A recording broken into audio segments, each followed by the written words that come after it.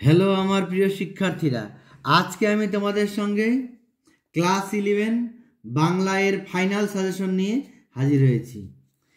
কে বলেছে এত পড়তে হয়? শুধু কয়েকটি প্রশ্ন দারুণ করে রেডি করে ফেলো ও ঝটপট সেগুলি খাতায় লিখে ফেলো, তাহলেই বেশ হয়ে যাবে। আর দেরি না করে সেই প্রশ্নগুলি তোমাদের সামনে তুলে ধরছি, চটপট দেখে নাও। এই কয়েকটি প্রশ্ন পড়ো এবং আনন্দের সঙ্গে পরীক্ষার হলে যাও। প্রথমে আমি গল্প দিয়ে শুরু করলাম। এখানে দেখো তোমাদের 3টি গল্প আছে।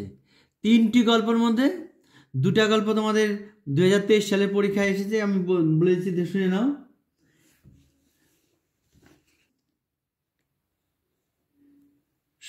ডাকাতের মা, এখান থেকে প্রশ্ন পরীক্ষা এসেছে 2023 সালে, এবং কর্তার ভূত, এখান থেকে প্রশ্ন এসেছে। 2টার থেকে কিন্তু প্রশ্ন আসা হয়ে গেছে, 1 নম্বর এবং 2 নম্বর। ডাকাতের মা আর কর্তার ভূত। তাহলে আসেনি কোনটা? তেলেনাপোতা আবিষ্কার। তাহলে তেলেনাপোতা আবিষ্কারটা সবার আগে বলবে। তাহলে তেলেনাপোতা আবিষ্কারটা আমি আগে বলছি, 2022 সালে এসেছিল, তারপরে কিন্তু আসেনি। তেলেনাপোতা থেকে যে প্রশ্নগুলি পড়বে, আমি খুব কম প্রশ্ন দিয়ে দেবো, যেগুলি বলবো যেভাবে আমার ঠিক কথা মতো পড়বে। পরীক্ষা হলে প্রশ্ন খুলে সেই প্রশ্নগুলি তোমরা দেখতে পাবে এবং সুন্দরভাবে লিখতে পারবে। 1 নম্বর প্রশ্ন, যেটা অত্যন্ত দরকারি প্রশ্ন, সেটাই আগে বলছি। মনে হবে তেলেনাপোতা বলে কোথাও কিছু সত্যি নেই, এ কথা কার? কেন মনে হবে? এই মনে হওয়ার কারণ কি? এই প্রশ্নটি অত্যন্ত দরকারি প্রশ্ন। এটি গুরুত্ব সহকারে ভালো করে পড়বে এবং বারবার করে খাতায় লিখে একবার রেডি করে ফেলবে। কে নিরঞ্জন এলি? নিরঞ্জন কে? কোন পরিস্থিতিতে গল্পকথক নিরঞ্জনের ভূমিকায় অবতীর্ণ হয়েছিল? 3 নাম্বার, তেলেনাপোতা আবিষ্কার গল্পটির নামকরণের সার্থকতা বিচার করো। 4 নাম্বার, আপনার আসল উদ্দেশ্য, আপনি নিশ্চয়ই বিস্মিত হবেন না। আসল উদ্দেশ্য কোনটি? সেই উদ্দেশ্য সাধনে উদ্দিষ্ট ব্যক্তির কি পরিচয় পাওয়া যায়? লাস্ট প্রশ্ন 5 নাম্বার, তেলেনাপোতা আবিষ্কার গল্প অবলম্বনে যামিনীর চরিত্র আলোচনা করো। তাহলে এখান থেকে সবচেয়ে ভালো করে যেটা পড়বে সেটা হলো 1 নাম্বার এবং 2 নাম্বার। সবচেয়ে ভালো করে 1 নাম্বারটা পড়বে, তারপরে 2 নাম্বার। 1 আর 2 ভালো করে রেডি করো। আমার যতটুকু ধারণা তাতে 1 বা 2 এর মধ্যে তোমরা একটি প্রশ্ন পরীক্ষা হলে পেয়ে যাবে। আর যদি হঠাৎ কোনো কারণে আসে, তাহলে কিন্তু পরে যে প্রশ্নগুলি দিলাম ওখান থেকে আসবে। এগুলিকে রেডি করে ফেলো চটপট, তাহলে হয়ে যাবে। এবার তাহলে এখান থেকে তেলেনাপোতা আবিষ্কার হয়ে গেল। এবার এখানে রয়ে গেলে কর্তার ভূত আর ডাকাতের মা। আমি কর্তার ভূত থেকে প্রশ্ন দিচ্ছি, তোমরা প্রশ্নগুলি শুনে নাও কর্তার ভূত থেকে। এবার কর্তার ভূতের 1 নম্বর প্রশ্ন, যে প্রশ্নগুলি আমি বলছি শুনে নাও, শুনে এই প্রশ্নগুলিকে রেডি করো। 1 নাম্বার, কেননা ভবিষ্যৎকে মানলেই তার জন্য যত ভাবনা, ভূতকে মানলে কোনো ভাবনাই নেই। কোন প্রসঙ্গে কথা বলা হয়েছে? ভূতকে মানলে ভাবনা নেই কেন? উদ্ধৃতিটির অন্তর্নিহিত তাৎপর্য ব্যাখ্যা করো। এই প্রশ্নটি খুব ভালো করে পড়বে, হয়তো সম্ভবত এই প্রশ্নটা পরীক্ষায় প্রশ্ন খুললেই পেতে পারো। 2 নাম্বার, ওরে অবোধ, আমার ধরাও নেই ছাড়াও নেই, তোরা ছাড়লেই আমার ছাড়া। এখানে কে কাদের অবোধ বলেছেন? উক্তিটির তাৎপর্য বিশ্লেষণ করো। তাহলে 1 নাম্বার এটা চলে গেল 2 নাম্বার। এবার 3 নাম্বার, কর্তার ভূত কি নিছক ভূতের গল্প নাকি রাজনৈতিক রূপক কাহিনী? ব্যাখ্যা করো। 4 নাম্বার প্রশ্ন, তারা ভয়ঙ্কর সজাগ, কাদের কথা বলা হয়েছে? তাদের এমন ভয়ঙ্কর সজাগ থাকার কারণ কি? পরের প্রশ্ন, কর্তার ভূত রচনাটির নামকরণের সার্থকতা বিচার করো। এবার লাস্ট প্রশ্ন, কর্তার ভূত গল্পটি অবলম্বনে কর্তার চরিত্র সম্পর্কে আলোচনা করো। তাহলে এখান থেকে প্রথম 3টি প্রশ্ন অত্যন্ত গুরুত্ব সহকারে পড়বে। প্রথম 3টি প্রশ্ন খুব ভালো করে পড়বে। এই 3টি প্রশ্নের মধ্যে সম্ভবত আসবে একটা প্রশ্ন। যদি প্রশ্ন একটু ঘুরিয়ে আসে, যেহেতু এবার 11-এর প্রশ্ন স্কুল থেকে হবে, বিভিন্ন স্কুলের টিচাররা তৈরি করবে, ঘুরিয়েও দিতে পারে, তাহলে তোমাদের কিন্তু 4, 5, 6-এর মধ্যে থেকেও আসতে পারে। তাহলে এখান থেকে যে কটা প্রশ্ন বললাম এই কটা রেডি করো, নিশ্চিত এখান থেকে তোমরা কমন পাবে। আমি এখান থেকে গল্প থেকে 2টি বললাম, তেলেনাপোতা আবিষ্কার আর কর্তার ভূত।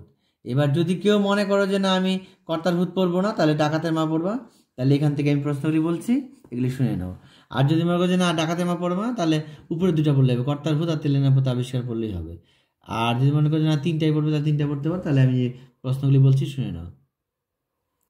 ডাকাতের মার 1 নম্বর প্রশ্ন, কিন্তু আজ যে ব্যাপারটা অন্য, কোন দিনটির কথা বলা হয়েছে?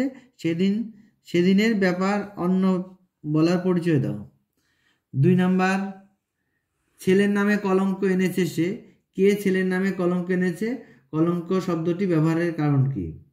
3 নাম্বার, ডাকাতে মা ছোট গল্প অবলম্বনে সৌখীর মায়ের চরিত্র লেখো। 4 নাম্বার, ডাকাতে মা গল্পের নামকরণের সার্থকতা বিচার করো। আর লাস্ট প্রশ্ন, সৌখীর ডাকাতে মা গল্পের সৌখীর চরিত্র আলোচনা করো।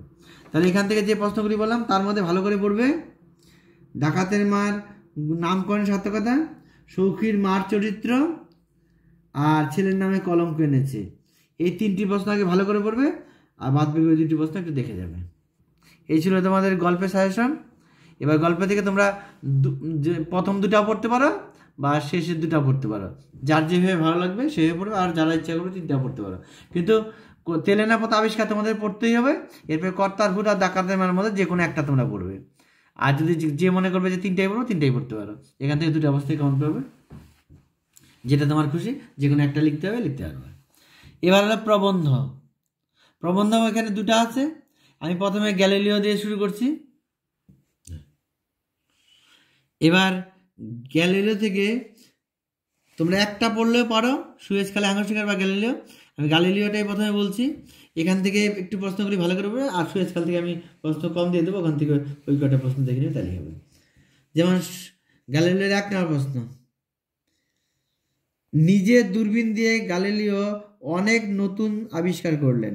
গ্যালিলিও কি কি আবিষ্কার করলেন? এইসব আবিষ্কারে সনাতনপন্থীদের মধ্যে কি প্রভাব ফেলেছিল? এই প্রশ্নটি ভালো করে পড়বে।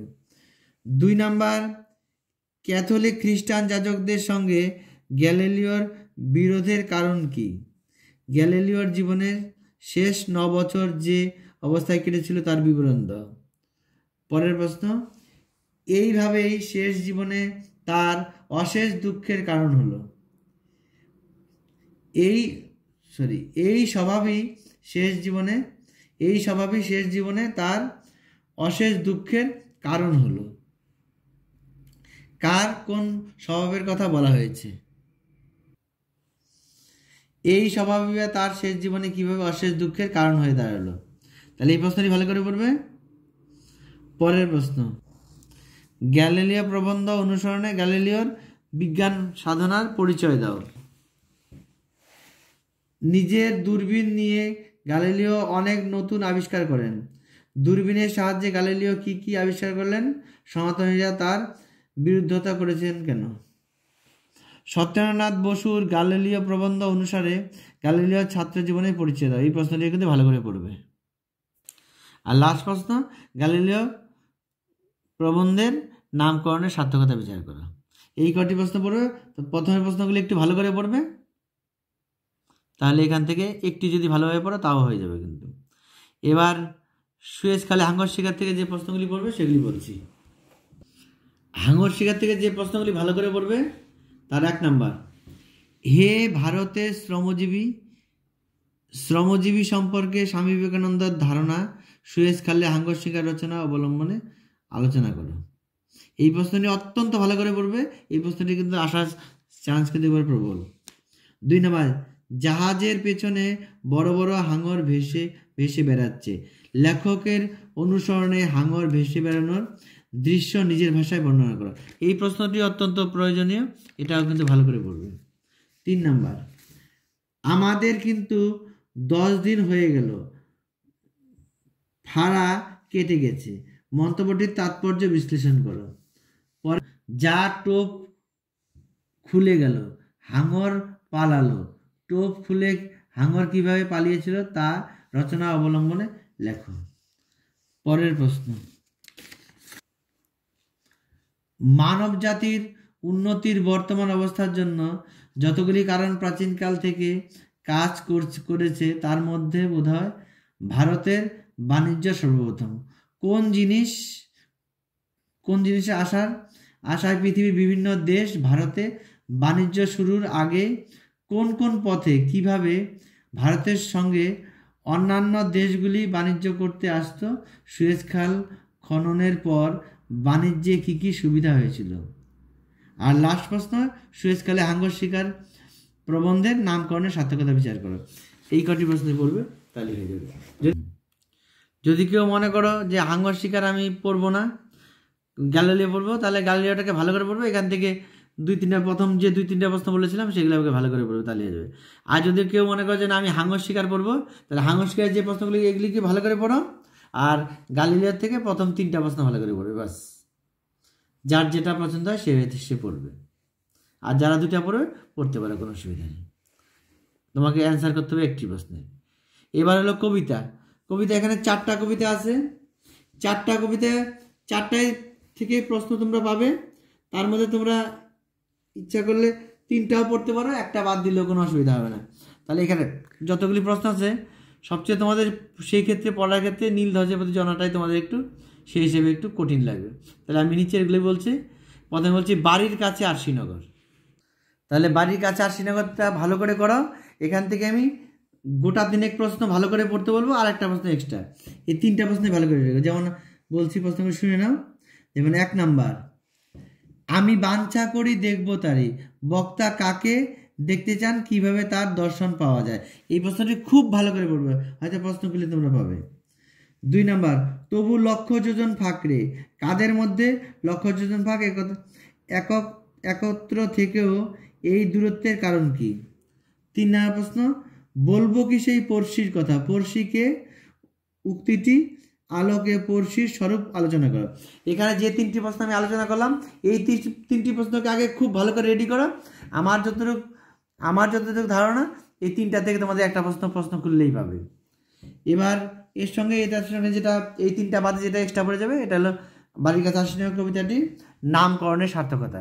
বাস, এই 4টি প্রশ্ন পড়বে, এর বাইরে তোমাদের পড়ার দরকার নেই। নাহলে এছাড়াও তো আরও প্রশ্ন আসবে, সব মিলে এখান থেকে 4টা আসবে, তোমাদেরকে দিতে হবে 2টা। তাহলে এখান থেকে বার্ষিক আরশিনগর থেকে এই 3টা প্রশ্ন আগে ভালো করে করো, তার সঙ্গে এক্সট্রা একটা আছে 4টা, এই 4টাই ভালো করে করো। এখান থেকে হয়তো আমার যতটুকু ধারণা একটা পেয়ে যাবে। এবার বাড়ির কাছে আরশিনগর গেল। এবার হলো দীপান্তরের বন্দিনী, আর নুন আছে। তাহলে আমি আগে নুন বলছি, নুন থেকে প্রশ্নগুলি।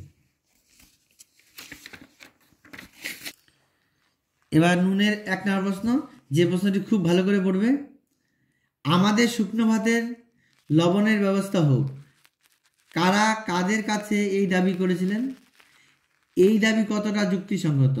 অথবা এই প্রশ্নটি এইভাবেও ঘুরে আসতে পারে, আমাদের শুকনো ভাতে লবণের ব্যবস্থা হোক, কে বলেছেন, এই দাবি কার কাছে, কেন।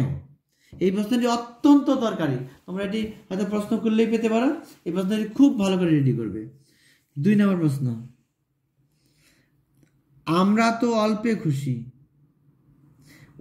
খুশি মানুষদের জীবন যন্ত্রণার যে ছবি নুন কবিতায় ফুটে হচ্ছে তা নিজের ভাষায় লেখো। 3 নম্বর প্রশ্ন, আমি তার মাথায় চড়ি, কে কার মাথায় চড়ে, পংক্তিটির তাৎপর্য বিশ্লেষণ করো। 4 নম্বর প্রশ্ন, মাঝে মাঝে চলেও না দিন চলে না কেন, এর ফলে কি হয়েছিল। নুন কবিতার নামকরণের সার্থকতা বিচার করো। এখান থেকে এই কয়টা প্রশ্নই ভালো করে পড়ো, আর পড়ার দরকার নেই, এগুলি পড়লে পেয়ে যাবে।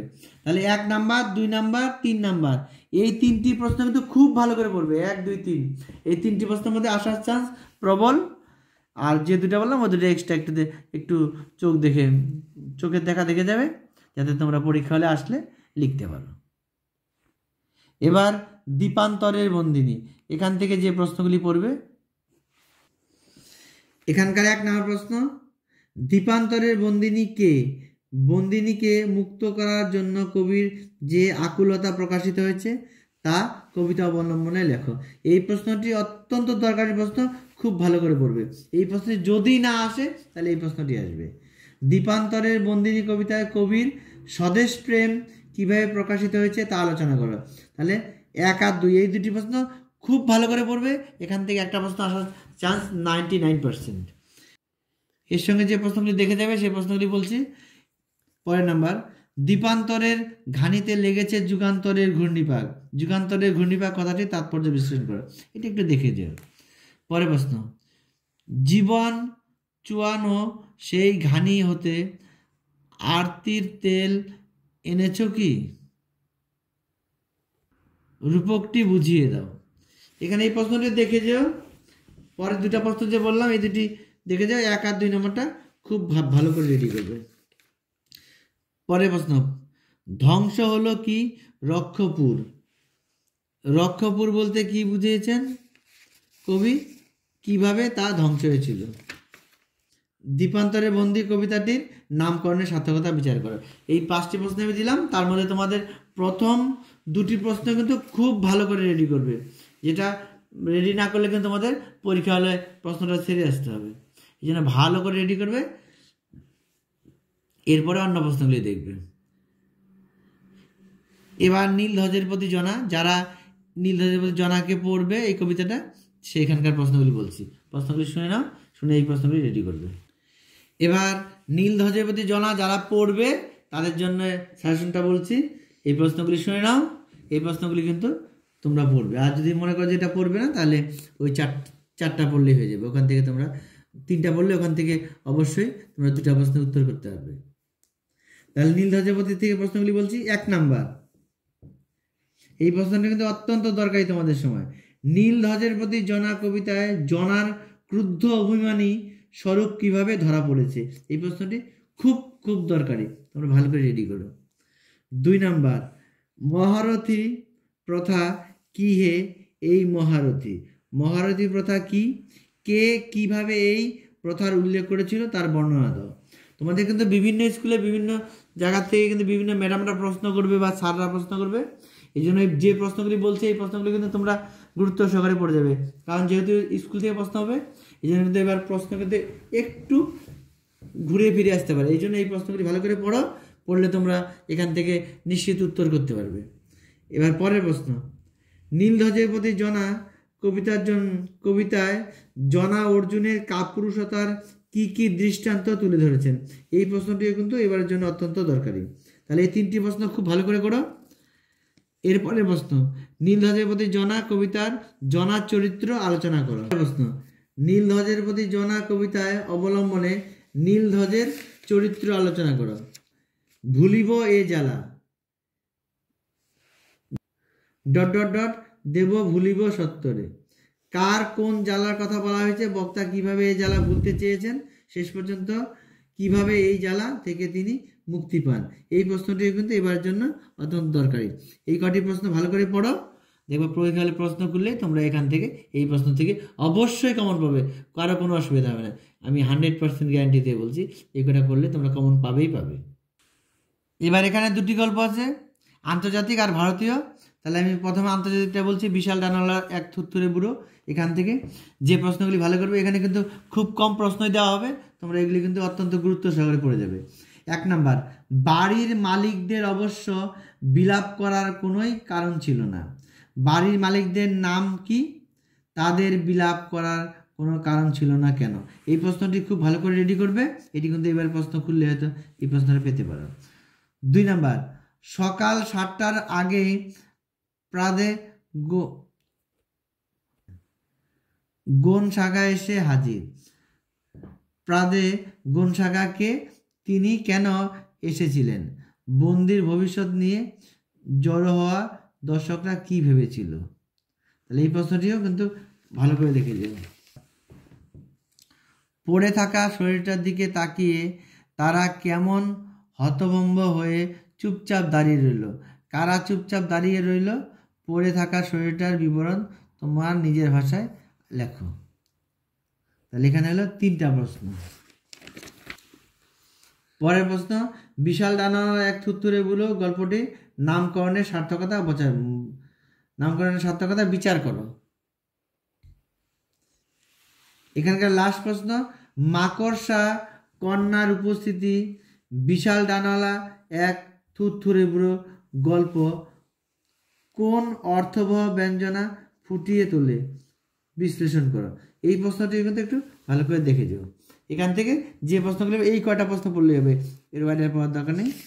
এবার ভারতীয় গল্প, শিক্ষা সার্কাস। শিক্ষা সার্কাস থেকে যে প্রশ্নগুলি পড়বে সেগুলি বলছি, শুনে নেব। ভারতীয় কবিতা থেকে তাহলে শিক্ষা সার্কাসের প্রশ্নগুলি বলছি, তোমরা একটু সেই প্রশ্নগুলি শুনে নাও। 1 নাম্বার, এটি অত্যন্ত দরকারি, হয়তো প্রশ্ন খুললেই পাবে, এরকম একটি প্রশ্ন বলছি, শুনে নাও। সব শিক্ষা একটি সার্কাস। শিক্ষা সার্কাস কবিতা অবলম্বনে শিক্ষা সার্কাসের সঙ্গে কিভাবে তুলনীয় আলোচনা করো।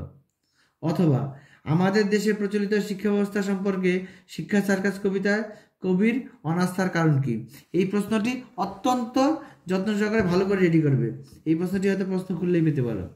2 নাম্বার, শিক্ষা সার্কাস কবিতাটির নামকরণের সার্থকতা বিচার করো।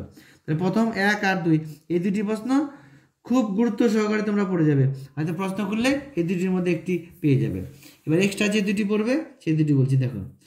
3 নাম্বার, যদি সব শ্রেণী শেষ হয়ে যায় আমি তবু পরের শ্রেণীতে যাব, পংক্তি দুটির ব্যঞ্জনার্থ ব্যাখ্যা করো। এই প্রশ্নটি কিন্তু দেখে যাও। আরেকটি প্রশ্ন, সে যেখানে গেছে সেটা ধোঁকা, জ্ঞানকে ধোঁকা বলার তাৎপর্য বিশ্লেষণ। অথবা জ্ঞান কোথায় গেল, জ্ঞানের অভাবে কবিতায় কিভাবে প্রকাশ পেয়েছে, নিজের ভাষায় আলোচনা করো। এই প্রশ্নটি অর্থাৎ 1, 2 খুব ভালো করে পড়বে, 2 আর 3 নাম্বারটা একটু দেখে যাবে। তাহলে শিক্ষা সার্কাস থেকে 1 নাম্বার আর 2 নাম্বার তোমাদের অত্যন্ত দরকারি প্রশ্ন করলে সম্ভবত 1 আর 2 থেকে একটা প্রশ্ন পেয়ে যাবে। তাহলে এগুলি পড়ো। এবার পূর্ণাঙ্গ সহায়ক গ্রন্থ গুরু থেকে বলছি, গুরুর প্রশ্নগুলি শোনো। এখানে কিন্তু পূর্ণাঙ্গ সহায়ক গ্রন্থ একটি অনেক বড় গল্প, এটা কিন্তু প্রচুর প্রশ্ন আছে। আমি দেখে তোমাদের যেগুলি খুবই দরকারি সেই প্রশ্নগুলি বলবো, তোমরা যত্ন সহকারে সেগুলিকে রেডি করে ফেলো। এবার গুরু নাটক থেকে দেখো, এই নাটকটি তো অনেক বড়, এখানে কিন্তু অনেক প্রশ্ন আছে, তার মধ্যে আমি কয়েকটা বাছাই প্রশ্ন বলছি। এখান থেকে সাজেশন ওইভাবে দেওয়া ঠিক বলা যাবে না, কিন্তু তার মধ্যে আমি বাছাই করে বলছি, আমার যতটা ধারণা এখান থেকে তোমার প্রশ্ন কমন পাবে। এবার যে প্রশ্নগুলি তোমাদের পড়তে হবে সেগুলি আমি বলছি, শুনে নাও। শুনে এগুলিকে খাতা থেকে বা নোট থেকে পড়ে তোমরা রেডি করে ফেলবে, এখান থেকে তোমরা নিশ্চিত কমন পেয়ে যাবে। 1 নাম্বার, উনি গেলে তোমাদের অচলায়তনের পাথরগুলো শুদ্ধ নাচতে আরম্ভ করবে, পাথরগুলির মধ্যে বাঁশি বাজবে, বক্তাকে উনি বলতে কাদের চিহ্নিত করা হয়েছে, উক্তিটি তাৎপর্য লেখো। 2 নম্বর প্রশ্ন, এটি কিন্তু অত্যন্ত দরকারি। যিনি সব জায়গায় আপনি ধরা দিয়ে বসে আছেন, তাকে একটা জায়গায় ধরতে গেলেই তাকে হারাতে হয়, বক্তাকে মন্তব্যটির মর্মার্থ নিজের ভাষায় লেখো। এই প্রশ্নটি অত্যন্ত দরকারি। 3 নাম্বার, তোমার এই অসামান্য সাহস দেখে উপাধ্যায় মশাইয়ের মুখে আর কথা নেই। এই প্রশ্নটি কিন্তু এবারের জন্য অত্যন্ত দরকারি প্রশ্ন। তার রাগটা কীরকম সেইটা দেখবার জন্যই তো এই কাজ করেছি। এই প্রশ্নটি কিন্তু এবার দরকার। অর্থাৎ যিনি সব জায়গায় আপনি ধরা দিয়েছেন, তোমার এই অসামান্য সাহস, তার এই রাগটা কিসের, এটা এই 3টি প্রশ্ন কিন্তু খুব ভালো করে বলবে।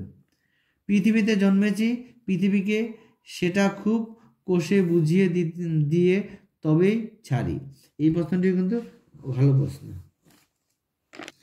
তোমাদের হাত দিয়ে আমার যে শাস্তি আরম্ভ হলো তাতেই বুঝতে পারছি গুরুর আবির্ভাব হয়েছে। এই প্রশ্নটি একটু দেখে যাও। পরের প্রশ্ন, ও আজ সেখানে বসেছে, সেখানে তোমাদের তলোয়ার পৌঁছায় না। এই প্রশ্নটি একটু ভালো করে পড়ো। অচলায়তনের দরজা অবধি অবারিত হলো কিভাবে, ছাত্রদের মধ্যে এর কি প্রতিক্রিয়া দেখা গেল। এই প্রশ্নটি একটু দেখে যাও।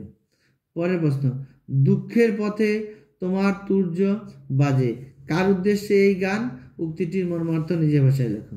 এই প্রশ্নটি একটু ভালো করে পড়ে যাও। অন্ধ গোড়ামির বিরোধিতা ও নতুন ভাবনাকে স্বাগত জানানো রবীন্দ্রনাথ ঠাকুরের লেখা বৈশিষ্ট্য। উদ্ধৃত অংশটি আলোকে গুরু নাটকের বিষয়বস্তু সংক্ষেপে লেখো। পরের প্রশ্ন, আমি তার কান্না আমার বুকের মধ্যে করে এনেছি, বক্তাকে কোন প্রসঙ্গে উদ্দেশ্য করে এই কথা বলা হয়েছে। এই প্রশ্নটি কিন্তু ভালো করে পড়বে, এই প্রশ্নটি কিন্তু আমাদের এবার আসার চান্স। পরের প্রশ্নটি খুব ভালো করে পড়বে। গুরু নাটকে মোট কয়টি সঙ্গীত রয়েছে, নাটকটি সঙ্গীতের ভূমিকা আলোচনা করো। এটি কিন্তু অনেকবারই পরীক্ষা, তোমাদের উচ্চ মাধ্যমিক পরীক্ষা এসেছে, এবারের জন্য এটি দরকারি প্রশ্ন। হ্যাঁ, পরের প্রশ্ন, ভাই তোরা সব কাজ করতে পাস, কে কাকে প্রশ্ন করেছে, বক্তার এই প্রশ্নের কারণ কি? পরের প্রশ্ন, একটু উৎপাত হলে যে বাঁচি, কে বলেছে, কোন উৎপাত, সে উৎপাত চাই কেন? পরের প্রশ্ন, ভয়ানক পূর্ণ, কোন পূর্ণ, তা ভয়ানক কেন? এই প্রশ্নটি কিন্তু একটু ভালো করে পড়ে যাবে। পরের প্রশ্ন, তোমার জয় জয়কার হবে সুভদ্র, 345 বছরের আগল তুমি ঘুচিয়েছ, এ কথার মধ্যে দিয়ে বক্তা কি বোঝাতে চেয়েছেন? এই প্রশ্নটি কিন্তু ভালো করে পড়বে, খুব ভালো করে। অচলায়তনে তাকে কোথাও ধরে না, কাকে কেন অচলায়তনে কোথাও ধরে না? এই প্রশ্নটি ভালো করে পড়বে। লাস্ট প্রশ্ন, গুরু নাটকে গুরুর যে স্বরূপ প্রকাশিত হয়েছে তা নিজের ভাষায় বর্ণনা করো। যে প্রশ্নগুলি বলা হলো, এই প্রশ্নগুলি যেগুলি আমি ভালো করে পড়তে বলছি এগুলি ভালো করে পড়বে, আর যেগুলি দেখে যেতে বলছি এগুলি দেখে যাবে, তাহলে তোমরা নিশ্চিত এখান থেকে এগুলি পড়লে কমন পেয়ে যাবে। এবার ভাষা অর্থাৎ ব্যাকরণ পার্ট, এখানে তো অনেক কটা পার্ট আছে, তার মধ্যে তোমাদের যে প্রশ্নগুলি ভালো করে পড়তে হবে সেগুলি বলছি, শুনে নাও। এবার ব্যাকরণ পার্টে দেখো, ভাষা এখানে 4টা পার্ট আছে। আমি প্রথম পার্ট থেকে বলছি, যে প্রশ্নগুলি এইগুলি পড়লেই হয়ে যাবে, এক্সট্রা তোমাদের পাওয়ার জায়গা নেই। বিশ্বের ভাষা ও পরিবার, এই অধ্যায় থেকে যে প্রশ্নগুলি পড়বে। পৃথিবীর আদি ভাষা বংশের প্রধান 3টি ভাষা বা শাখার পরিচয় দাও। 2 নম্বর, মিশ্র ভাষা কাকে বলে, এই ভাষার 4টি বৈশিষ্ট্য উল্লেখ করো। 3 নম্বর, ভাষার রূপতত্ত্ব বা আকৃতি অনুযায়ী ভাষার শ্রেণীবিভাগ করার পদ্ধতিগত সুবিধাগুলি কি, এই পদ্ধতি সম্পর্কে আলোচনা করো। অবর্গীভূত ভাষা কাকে বলে, পৃথিবীর উল্লেখযোগ্য কয়েকটি অবর্গীভূত ভাষার পরিচয় দাও। এখানে আমি যে কটা প্রশ্ন বললাম 4টা, এই 4টা প্রশ্ন পড়বে, এখান থেকে আসলে এই 4টা থেকে আসবে, আর না হলে এখান থেকে আর আসবে না। যেহেতু 2023 এখান থেকে 2টা প্রশ্ন এসেছে, তাহলে এখান থেকে খুব বেশি পাওয়ার দরকার নেই, আমি যে কটা প্রশ্ন পড়বো শুধু এই কটাই প্রশ্নে পড়ো, তাহলে এখান থেকে কমন পেয়ে যাবে। এই অধ্যায়টার নাম হলো ভারতের ভাষা, পরিবার ও বাংলা ভাষা। 1 নম্বর প্রশ্ন, প্রাচীন ভারতীয় আর্য ভাষা থেকে বাংলা ভাষার উদ্ভবের ধারাটি উদাহরণসহ আলোচনা করো। 2 নম্বর, সংস্কৃত ভাষা বাংলা ভাষার জননী, এই মত গ্রহণযোগ্য কিনা তা যুক্তিসহ আলোচনা করো। পরের প্রশ্ন, মধ্য ভারতীয় আর্য ভাষার বিস্তৃতিকাল কত, এই কার্যকালের আদি স্তরের পরিচয় দাও। পরের এই প্রশ্নটি একটু ভালো করে পড়ো। অস্ট্রিক ভাষা বংশের সংক্ষিপ্ত বিবরণ দাও, এই ভাষা বংশজাত অস্ট্রোনেশীয় ভাষা শাখাটির সম্পর্কে কি জানো? পরের প্রশ্ন, ভোট চীনা ভাষা বংশের সংক্ষিপ্ত পরিচয় দাও। এই অধ্যায় থেকে এই কটি প্রশ্নই পড়বে। এবার পরের অধ্যায় 3 নম্বর অধ্যায়, প্রাচীন লিপি ও বাংলা লিপির উদ্ভব ও বিকাশ। এই অধ্যায় থেকে যে প্রশ্নগুলি পড়বে, এই অধ্যায় থেকে আমি 2 থেকে 3টি প্রশ্ন পড়বো, আর এর বেশি পড়ার দরকার নেই। 1 নম্বর, ব্রাহ্মী লিপি থেকে বাংলা লিপি বিবর্তন বিভিন্ন পর্যায়গুলি সংক্ষেপে আলোচনা করো। 2 নম্বর, বাংলা লিপির উদ্ভব ও বিকাশ সম্পর্কে আলোচনা করো। 3 নম্বর, সিন্ধু লিপি ও কিলক লিপি সম্বন্ধে সংক্ষেপে আলোচনা করো। এই 3টি প্রশ্ন করলে এখান থেকে হয়ে যাবে। এবার ব্যাকরণের লাস্ট অধ্যায়, ভাষা বৈচিত্র্য ও বাংলা ভাষা। এখান থেকে কিন্তু তোমাদের এবার প্রশ্ন আসবে, সেভাবে তোমরা এখান থেকে একটু রেডি করে যাও। 1 নম্বর, উপভাষা কাকে বলে, উৎপত্তিগত বৈচিত্র্য, উপভাষাগুলি কয়টি ভাগে ভাগ করা যায় ও কি কি, প্রত্যেকটি বিভাগের বা ভাগের পরিচয় দাও। 2 নম্বর প্রশ্ন, বরেন্দ্রী উপভাষা আঞ্চলিক বিস্তৃতি উল্লেখ করো, এই ভাষা ধ্বনি তাত্ত্বিক বৈশিষ্ট্যগুলি আলোচনা করো। 3 নম্বর, ঝাড়খণ্ডী উপভাষার রূপতাত্ত্বিক বৈশিষ্ট্য লেখো।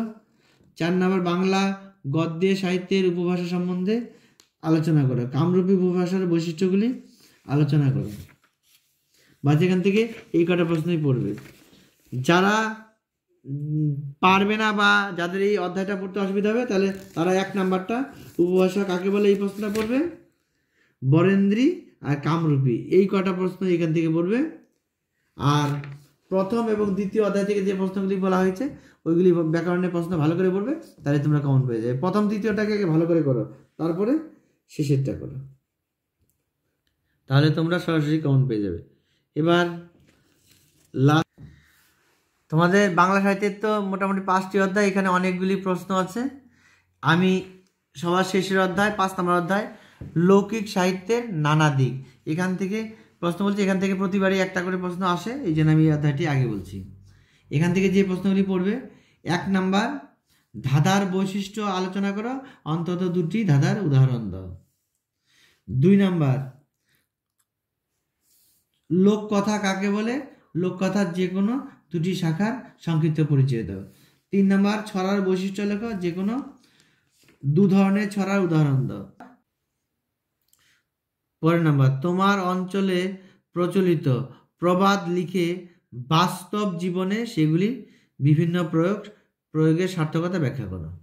এখান থেকে আসলে এখান থেকে 1, 2, 3 এই 3টার থেকেই আসবে, 3-4টা প্রশ্ন থেকে, না হলে এখান থেকে আসবে না, অন্য অধ্যায় থেকে আসবে। তাহলে এইগুলি এই 4টাই ভালো করে রেডি করবে, তাহলে হয়ে যাবে। এবার পরে কয়েকটি প্রশ্ন আমি ছাড়া কয়েকটি প্রশ্ন বলছি, এখানে বেশি প্রশ্ন নেই, কয়েকটা প্রশ্নই আছে। এমনি তোমাদের দেওয়া আছে অনেক, এর মধ্যে যেগুলি প্রশ্ন খুব কমন পরীক্ষায় সাধারণত আসে, প্রশ্নগুলি পাবে, সেই ধরনের প্রশ্ন কয়েকটা আমি বলছি, তোমরা একটু শুনে নাও, শুনে এগুলি রেডি করে ফেলবে। বাংলা নাটকে গিরিশচন্দ্র ঘোষের অবদান আলোচনা করো। বাংলা নাটকে দ্বিজেন্দ্রলাল রায়ের অবদান আলোচনা করো। এই 2টি প্রশ্ন অত্যন্ত দরকারি, প্রশ্নগুলি রেডি করে ফেলবে। পরের প্রশ্ন গীতি কবিতা কাকে বলে, এই ধারায় বিহারীলাল চক্রবর্তীর অবদান আলোচনা করো। এই প্রশ্নটি কিন্তু খুব ভালো করে করবে। এবার এখান থেকে শ্রীকৃষ্ণ কীর্তন থেকে এই প্রশ্নটি পড়বে। শ্রীকৃষ্ণ কীর্তন কাব্যের পুঁথিটি আবিষ্কার করেন বসন্তরঞ্জন রায় বিদ্যাবল্লভ মহাশয় 1316 বঙ্গাব্দে। বাঁকুড়া জেলার কাকিল্লা গ্রামের অধিবাসী দেবেন্দ্রনাথ মুখোপাধ্যায়ের বাড়ির গোয়ালঘর থেকে পুঁথিটি আবিষ্কার করেন। এই প্রশ্নটি কিন্তু দেখে যাও, 2018 সালে এই প্রশ্নটি কিন্তু পরীক্ষায় তোমাদের এসেছিল। মঙ্গল কাব্য কটি ও কি কি, মঙ্গল কাব্যের বৈশিষ্ট্য আলোচনা করো। পরের প্রশ্ন চণ্ডী মঙ্গলের শ্রেষ্ঠ কবিকে, তার কবি প্রতিভার পরিচয় দাও। অষ্টাদশ শতাব্দীর যুগ বৈশিষ্ট্য উল্লেখ করে রামপ্রসাদ সেনের কাব্য চর্চার পরিচয় দাও। এই প্রশ্নটি কিন্তু অত্যন্ত দরকারি, এই প্রশ্নটি ভালো করে পড়বে। তারপরে কোন রাজসভায় কোন কবি পদ্মাবতী রচনা করেন, এই কাব্যের বৈশিষ্ট্য আলোচনা করে। এই প্রশ্নটি কিন্তু ভালো করে পড়ে যাবে। শ্রীকৃষ্ণ কীর্তন কাব্যে কয়টি খণ্ড ও কি কি, এই কাব্যের সাহিত্যমূল্য আলোচনা করো। এটিও কিন্তু অত্যন্ত দরকারি প্রশ্ন। শ্রীকৃষ্ণ বিজয় কাব্যটি রচনা করেন কে, তিনি কি উপাধি পেয়েছিলেন, তার কাব্যের সংক্ষিপ্ত পরিচয় দাও। এই প্রশ্নটিও ভালো করে পড়বে। বৈষ্ণব পদ রচনায় বিদ্যাপতির প্রতিভার পরিচয় দাও, তাকে বাংলা সাহিত্যের ইতিহাসে অন্তর্ভুক্ত করার কারণ কি। পরের প্রশ্ন শ্রী চৈতন্যদেব কত খ্রিস্টাব্দে কোথায় জন্মগ্রহণ করেন, বাংলা সাহিত্যে শ্রী চৈতন্যদেবের প্রভাব আলোচনা করো। এই যে কটি প্রশ্ন বললাম, এখান থেকে একটি প্রশ্ন আসার সম্ভাবনা কিন্তু প্রবল। এবার যে অধ্যায়টা বলবো মানে আমাদের চর্যাপদের অধ্যায়। এই চর্যাপদের এখান থেকে কিন্তু মানে অধ্যায়টা না হলো প্রাচীন বাংলার সমাজ ও সাহিত্য। এখান থেকে এই অধ্যায় থেকে আমি গোটা 2-3 প্রশ্ন বলবো, এগুলি পড়বে, এখান থেকে অবশ্যই একটা প্রশ্ন তোমরা পাবেই। যেমন চর্যাপদকে আবিষ্কার করেন, সন্ধ্যা ভাষা বলতে কি বোঝায়, বাংলা সাহিত্যের ইতিহাসে এই গ্রন্থের গুরুত্ব। 2 নম্বর প্রশ্ন চর্যাপদের কাব্য মূল্য বিচার করো, চর্যাকৃতির কাব্য মূল্য বিচার করো। আরেকটি প্রশ্ন হলো চর্যাপদের পুঁথি কে আবিষ্কার করেন, আনুমানিক কোন সময়ে চর্যাপদগুলি রচিত হয়েছিল, এই পদগুলির তৎকালীন সমাজ জীবনে যে প্রতিফলন দেখা যায় সংক্ষেপে আলোচনা করো। এই যে 3টি প্রশ্ন বললাম, এই 3টি প্রশ্ন ভালো করে রেডি করো, এখান থেকে অবশ্যই একটা প্রশ্ন পাবে। তাহলে আমার এই ছিল বাংলা সাজেশন। এই প্রশ্নগুলি যেগুলি দেওয়া হলো এগুলিকে ভালো করে রেডি করো, যেভাবে আমি বললাম সেইভাবে কথা মতো রেডি করো। তোমার পরীক্ষা খুলে দেখবে এই প্রশ্নগুলি সরাসরি পেয়ে যাবে, এর বাইরে আসবে না। এবার তোমাদের প্রথম অধ্যায় বাঙালির নৃতাত্ত্বিক পরিচয়, এই অধ্যায়টা কিন্তু পড়ার দরকার নেই। আমি যে কটা অধ্যায় বললাম এগুলি পড়ো, তাহলে হয়ে যাবে, সবগুলি অধ্যায় পড়ার দরকার নেই। আর এরপরে আমি বাংলা তোমাদের MCQ গুলি দিয়ে দেবো, দেখে নিও।